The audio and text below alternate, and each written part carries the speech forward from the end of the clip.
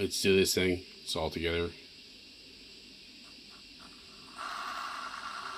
Look at those fronts. Look at those rears.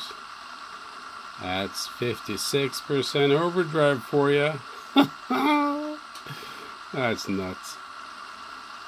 I put a little mark on, well, I have related marks in the tires, so let's go one rotation on, oh, actually, let's start again. Okay, so one rotation on the front.